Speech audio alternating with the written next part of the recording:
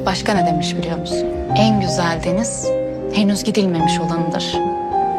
En güzel çocuk henüz büyümedi. En güzel günlerimiz henüz yaşamadıklarımız. Ve sana söylemek istediğim en güzel söz henüz söylememiş olduğum.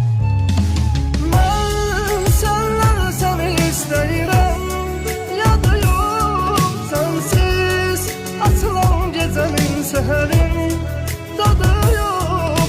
Boş ver geçmişten söz demeyin, adı yok. Bu ara elə bir darıxan kimiyəm.